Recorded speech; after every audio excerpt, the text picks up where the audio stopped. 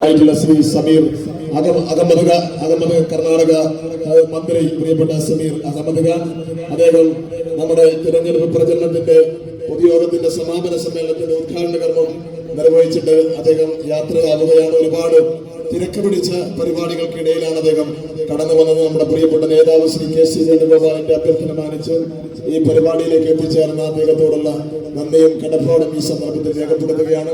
ഒരുപാട് നേതാക്കന്മാർ നമ്മുടെ സദസ്സിലുണ്ട്. നമ്മുടെ തെരഞ്ഞെടുപ്പ് പ്രചരണ പ്രവർത്തനങ്ങൾ അത് നിയന്ത്രിക്കുന്നത്, നയിക്കുന്നത് പ്രിയങ്കരനായ നമ്മുടെ നേതാവ്, കരുത്തനായ UDF-ന്റെ കാര്യദർശി, മുസ്ലിം ലീഗിന്റെ സംസ്ഥാന വൈസ് പ്രസിഡന്റ് പ്രിയപ്പെട്ട CP ബാബാജി അവர்களാണ്. അബ്ദുള്ളക്കുട്ടി വക്കീൽ ഉൾപ്പെടെ, മുസ്തഫാഖ് ഉൾപ്പെടെ, ഗുരുക്കൾ സാഹിബ് ഉൾപ്പെടെ, ഇഷ്ടിഖറുദ്ദീൻ മാസ്റ്റർ ഉൾപ്പെടെ, ശ്രീ അഷ്റഫ് ജമൽ ഉൾപ്പെടെ, അഡ്വക്കേറ്റ് നസ്റുള്ള ഉൾപ്പെടെയുള്ള പ്രിയപ്പെട്ട പഞ്ചായത്ത് പ്രസിഡന്റ് ശ്രീ മുജീബ് പൂളക്കൽ ഉൾപ്പെടെ, നമ്മുടെ പ്രിയപ്പെട്ട ശ്രീ കമർവാക്കൽ ഉൾപ്പെടെയുള്ള ഒരുപാട് നേതാക്കന്മാർ ഈ സദസ്സിലുണ്ട്. ഐക്യ ജനാധിപത്യ മുന്നണിയുടെ നേതാക്കന്മാരെ, പ്രിയപ്പെട്ട സഹപ്രവർത്തകരെ, നമ്മുടെ ഏപ്രിൽ മാസം 9-ാം തീയതി നടക്കാൻ പോകുന്ന ഏറ്റവും നിർണായകമായ തിരഞ്ഞെടുപ്പാണ്. ആ തിരഞ്ഞെടുപ്പിൽ ഐക്യ ജനാധിപത്യ മുന്നണിയുടെ സ്ഥാനാർത്ഥിയായി നമ്മുടെ മുന്നണി നേതൃത്വം എന്നെ നിയോഗിച്ചിരിക്കുകയാണ്.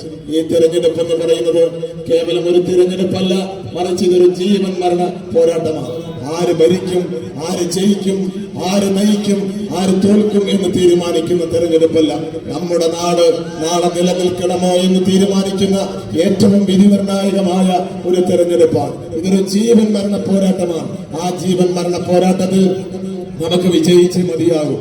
അതിനുവേണ്ടിയുള്ള പ്രവർത്തനങ്ങൾക്ക് നമ്മുടെ ഐക്യ ജനാധിപത്യ മുന്നണിയുടെ പ്രവർത്തകന്മാർ ഒറ്റക്കെട്ടായി നേതൃത്വം കൊടുക്കുന്നതിന്റെ ഭാഗമായിട്ടാണ് ഇന്ന് വാഹന പ്രചരണ ജാഥ ആരംഭിച്ചത്.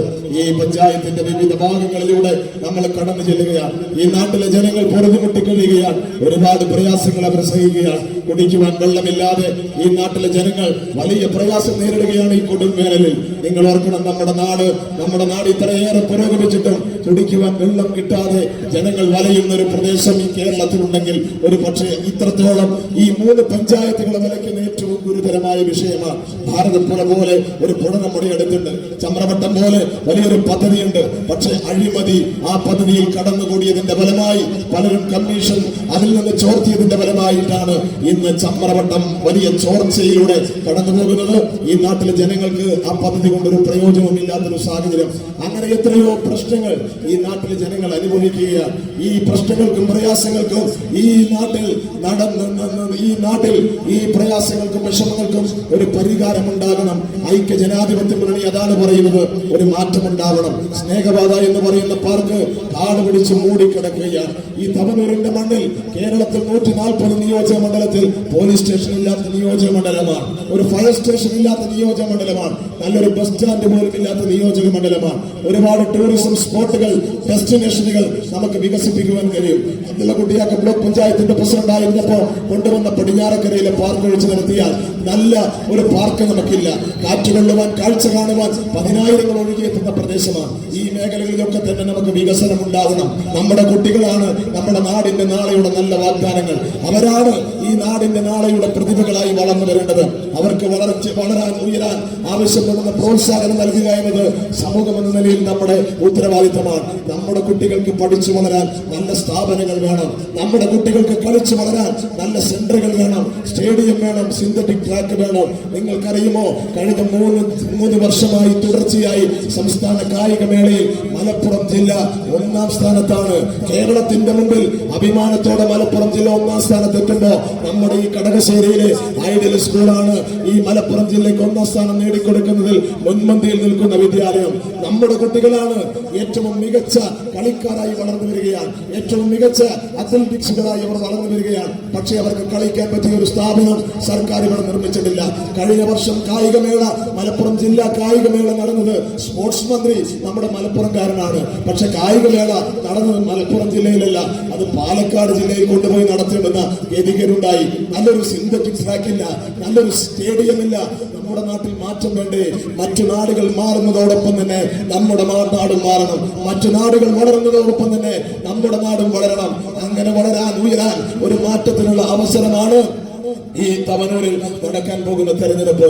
അതുകൊണ്ട് നിങ്ങൾ എന്നെ വിജയിപ്പിക്കണം.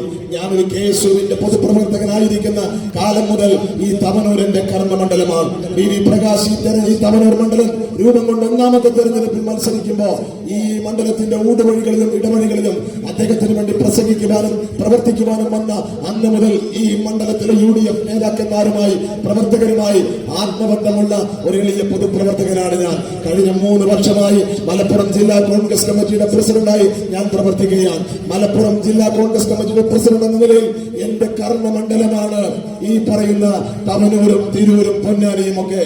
ഇന്ന് പലരും നമ്മുടെ എതിരാളികൾ പ്രചരിപ്പിക്കുന്നത് ഞാൻ മലപ്പുറംകാരനല്ല, ഞാൻ മറുനാട്ടുകാരനാണ് എന്ന്. ഞാൻ മറുനാട്ടുകാരനാണ് എന്ന് പറയുന്നവരോട് വിനയത്തോട് എനിക്ക് പറയാനുള്ളത്, ഞാൻ നല്ല ഒന്നാം തരം മലപ്പുറംകാരനാണ്. ഈ മണ്ണിൽ ജനിച്ച് ഈ മണ്ണിൽ ജീവിച്ച ഈ മണ്ണിൽ മരിച്ചലിയണമെന്ന് ആഗ്രഹിക്കുന്ന ഒന്നാം തരം മലപ്പുറംകാരനാണ്. ഈ മണ്ണിന്റെ മണവും ഗുണവും മനവും അറിയുന്ന ഒരു മനുഷ്യനാണ്. അതുകൊണ്ട് ഞാൻ ഒരു കാര്യം നിങ്ങളോട് പറയുന്നു, ഈ തവനൂരിനോട് എനിക്ക് തീരാത്ത കടപ്പാടുള്ള ഒരു മണ്ണാണ് ഈ തവനൂർ. 2012 ഞാൻ തിരുവനന്തപുരത്ത് നിന്ന് കടന്നു വരുമ്പോ ഈ നിലമ്പൂരിലേക്ക് ഉള്ള യാത്രയിൽ എന്റെ പ്രിയപ്പെട്ട സുഹൃത്ത് ശ്രീ AM രോഹിത്തിനെ കാറിൽ എടപ്പാളിലെത്തി രോഹിത്തിനെ ഇറക്കി ഞാൻ നിലമ്പൂരിലേക്ക് പോകുമ്പോ നമ്മുടെ തങ്ങൾപ്പടിയിൽ വെച്ചാണ് പുലർച്ചെ 2:30 മണിക്കാണ് ഞാൻ സഞ്ചരിച്ച കാറിൽ ഒരു ലോറി ഇടിക്കുകയാണ്. ഞാൻ മുൻവശം തകർന്ന് ഞാൻ തെറിച്ച് നടുറോട്ടിൽ വീഴുകയാണ്.